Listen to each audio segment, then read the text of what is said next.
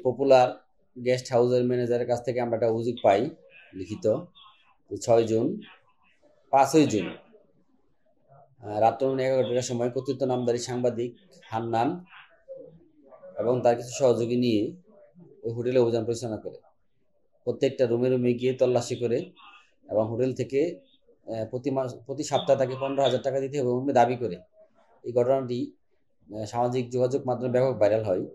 আমরা বাদীর অভিযোগের প্রেক্ষিতে বিরোধীর বিরুদ্ধে মামলা রুজু করি এবং মামলা রুজুর পর আমরা অভিযান পরিচালনা করিয়া ওই কথিত নামধারী সাংবাদিক হান্নানকে আমরা গ্রেফতার করতে সক্ষম হই। তাকে বিজ্ঞ আদালতে প্রেরণ করা হবে। ওরা চাঁদাবাজির দ্বারা মামলা দায়ের করেছে, আমরা চাঁদাবাজির দ্বারা মামলা রুজু করেছি। রাজনৈতিক কোনো পরিচয় আমি এখনো পাইনি। সাংবাদিক প্রেস ক্লাবের যে সেক্রেটারি উনি আমাদেরকে আশ্বস্ত করেছে এবং লিখিতভাবে জানিয়েছে যে সে আমাদের প্রেস ক্লাবের কোনো সদস্য নেই।